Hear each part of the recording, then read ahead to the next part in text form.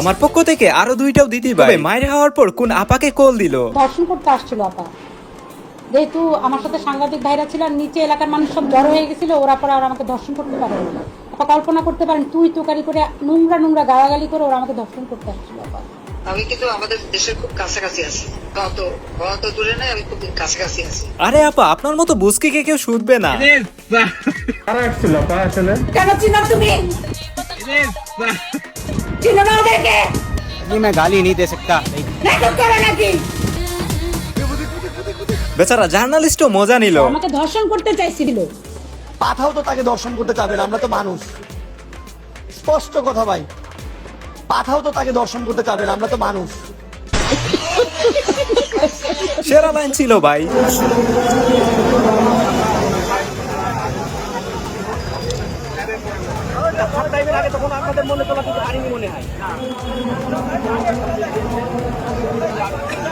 কেউ তো পাত্তা দিল না নেতাকে। জামাত এবং এনসিপির ভালো লাগছে না, কারণ জনাব তারেক রহমানের যে বাস্তবমুখী রাজনীতি, গণমুখী রাজনীতি, এই গণমুখী রাজনীতির ধারে কাছেও নাই বিএনপি।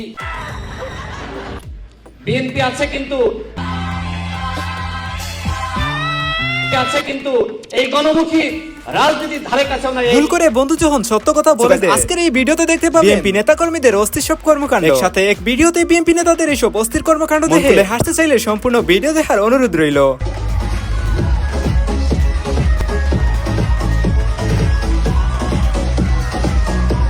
এটা ফ্যামিলি কার্ড নেওয়ার ট্রেনিং, আপনারা আবার অন্য কিছু মনে করেন না। এরকম অক্সফোর্ডে দাওয়াতের আগে আমিও বহুবার বিভিন্ন সেমিনার টেমিনারে। ভাই আপনি কিসের দাওয়াত পাইছেন তা পাবলিক বারো করেই জানে। আমি একটা দলকে সমালোচনা করছি, ও বলবে যে ও তো কালাপাটা। আমি কি বলতেছি এটা গুরুত্বপূর্ণ না। ও বলতেছে আগে নাকি কালাপাটা, তো তার মানে আপনি একদমই ঠিক বলেছেন। এখানে অলরেডি দুজন সেম। হ্যাঁ আমি জানি বলবো, হ্যাঁ তো বলবে, কারণ আমি যে কি বলতেছি এটা ওর কাছে ইম্পর্টেন্ট। এই হলো ছেলেদের একটা কমন প্রবলেম। বান্ধবী যখন বিয়ে করতে চায়, আপনারা কি আমাকে বিয়ে দিতে চান নাকি চান না? আচ্ছা চাই কতজন হাত তুলো। যারা ওনার দায়িত্ব নিতে চাও কমেন্ট করে জানাও। 4 আগস্ট শাহবাগে গিয়ে আমরা বক্তব্য করেছিলাম যে আগামী 5 তারিখ 5ই আগস্ট ওই গণভবন জনগণ দখল করবে। 4 তারিখের বিকালের বক্তৃতা ছিল আমার। আল্লাহর কি কৃষ্ণা, আল্লাহ এমন ভাবে কবুল করেছেন, সেই 5 তারিখই আমরা গণভবন দখল করেছিলাম। হ্যাঁ, তবে নির্বাচনে পাশ করার দোয়াটা করতে ভুলে গেছিল। আমাদের বোনেরা এসছে এমপি হইয়া, আপনি অভিনন্দন জানাচ্ছেন, আমি অভিনন্দন জানাতে চাই। সবাই মেনে দাবি, দুইজনের বক্তৃতা শুনছি, আগামী দিনে কিছু করতে পারবে, ভবিষ্যৎ আছে, লেখাপড়া জানা। কিন্তু বুঝলাম না তো কারা আপনারা।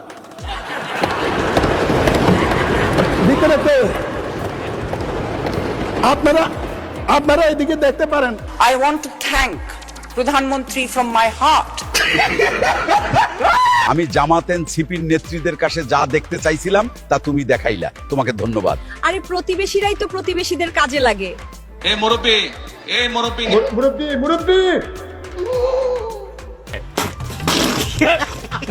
और अभी तो रुको, क्लाइमैक्स अभी बाकी।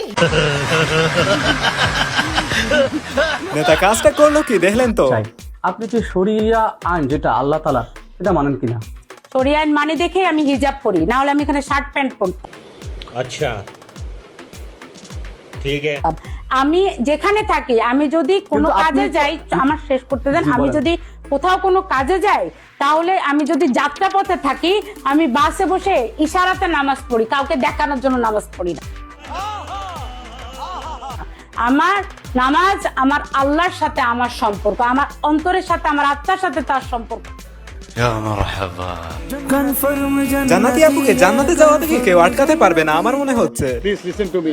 আমাদের পল্লী বিদ্যুতের লাইনগুলো অনেক লম্বা। কোথাও যদি ফল্ট হয়ে যায়, বিদ্যুৎ স্লিপ করলে ওই ফল্ট লোকেট করতে তার টাইম লাগে, সেই জন্য বিদ্যুৎটা আসে না। আবার লাইন ঠিক হয়ে গেলে বিদ্যুৎ চলে আসে। কিন্তু সামনে গরম পড়লে লোডশেডিং হবে কি হবে না? তুমি এখান থেকে বেরিয়ে গেলে তুমি বাঁচবে না মরে বলতে পারবে? বাহ কি যুক্তি। ফল থাকে নাকি বিদ্যুৎ থাকে? আসলে বিএনপি মানেই বিনোদন। হাজারঘাট দখল বিএনপি, রাষ্ট্রটা কি বাংলাদেশে? তো যা রাখছি ওটা এখনো বাকি আছে স্কুল কমিটি আর মসজিদ কমিটি, আগামী 1 বছর মধ্যে এটাই সাইজ করে দিব। তো বলে মসজিদের কাজ কি? ওই মসজিদের সমাজ কল্যাণ মন্ত্রণালয় থেকে টাকা আছে, ওটাও খাইয়া দিতে হবে। বা স্কুল কমিটিতে কাজ কি? তার বাচ্চাদের জন্য ছোট ছোট বিস্কুট আছে, ওই টাকাও খাইয়া দিতে হবে। তোমার জন্য লানত, তুমি মানুষের সেই জনগণের যে টাকা সেটা মেরে দিয়েছ, তুমি বাংলাদেশে কোনো নাগরিক হয়ে দিতে পারো না। জনগণের যে টাকা তা ফেরত দিয়ে দেন, স্কুল কমিটির টাকা ফেরত দিয়ে দেন, বাস স্ট্যান্ড গুলো খালি করে দেন, যিনি বাসের ব্যবসা করে শ্রমিক তাদেরকে ছেড়ে দেন, তারা অনেক দুঃখ কষ্ট করে সারাদিন একটা বাস চালায়, সিএনজি স্ট্যান্ড ছেড়ে দেন। একটা লোক নিজের সিএনজি কেনার টাকা নাই, সেই লোক আরেকজনের সিএনজি চালায়, ওইখান থেকেও সে ভাগ বসায়, কত লজ্জা তাদের জন্য। ভাই আমি কি এতক্ষণ খারাপ কিছু বলেছি? এগুলো তারা করে কেন? এটা আমি কোনো লজিকে পাই না, বললে আমার চোখ দিতে পারে। আমার একটা 2 বছরের সন্তান আছে, আপনাদের কার কার সন্তান আছে একটু হাত তোলেন তো। আমার অনেক দেখি বিবাহিত, যাক আলহামদুলিল্লাহ। বিবাহিত হওয়ার পরে যখন যাদের সন্তান হয়, এই সন্তান হওয়ার সময় 10 মাস 10 দিন হলো আপনার ওয়াইফ প্রেগন্যান্ট থাকে, ওই সময় তাকে ভালো ভালো খাওয়াইতে হয়। যারা ইসরায়েল ইহুদি তারা তাদের এই সোসাইটিটা খুব ভালোভাবে গড়ে, মধু খাওয়ায়, বেদানা খাওয়ায়। বাংলাদেশে অনেক ফ্যামিলির সাথে কথা বলেছি, প্রেগনেন্ট অবস্থায় মহিলাকে খাওয়াইতে পারে না, পরে তো মা অসুস্থ হয়ে যায়, বাচ্চাটা যখন জন্মগ্রহণ করে সেও অসুস্থ থাকে।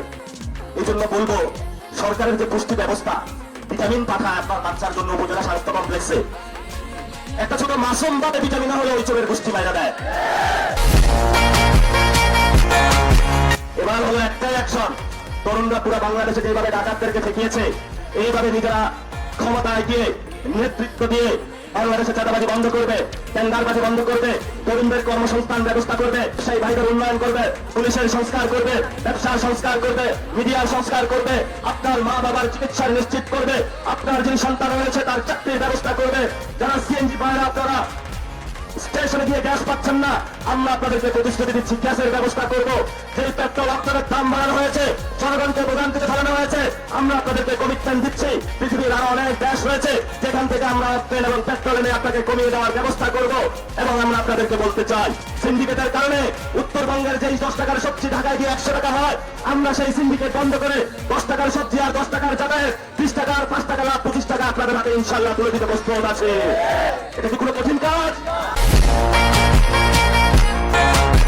আমরা আপনাদেরকে বলবো সবাই ঐক্যবদ্ধ থাকবেন, কোন বিভক্তি নয়। যেখানে বিএনপি এবং জামাতের ভাইরা এসেছেন, আমরা বিভক্তি চাই না, ঐক্যবদ্ধভাবে থাকবেন। সন্ত্রাসের বিরুদ্ধে লড়াই হবে, ভালো মানুষগুলো ঐক্যবদ্ধ থাকবে, খারাপ মানুষের লড়াই হবে। কোন দল এখন দরকারটা নাই, লড়াই একটাই, ভালো খারাপ কোন দল কে করেছে দেখার দরকার নাই। যারা খারাপ তারা জেলে থাকবে, যারা ভালো তারা কোম্পানিগঞ্জে এখানে ব্যবসা বাণিজ্য করবে। কথাটা ঠিক আছে? আমার ভাগ্য নিয়ে বাংলাদেশের সব মানুষ বসে থাকতে পারে, তারেক রহমান পুরো বাংলাদেশে আপনি নিতে পারেন, তবে কিন্তু কখনোই আপনি আপনার পকেট নিতে পারবেন না, এটা আপনাকে লিখে দিয়ে দেওয়া হবে। জীবন তো দুইটাই, হয়তো জেল নাহলে তো কবর। জেলে গেলেও শান্তি, কবরে গেলেও শান্তি, আল্লাহর কাছে চলে গেলাম, তবে কোনো চাঁদাবাজের কাছে গেলে সবচেয়ে বড় প্রশান্তি।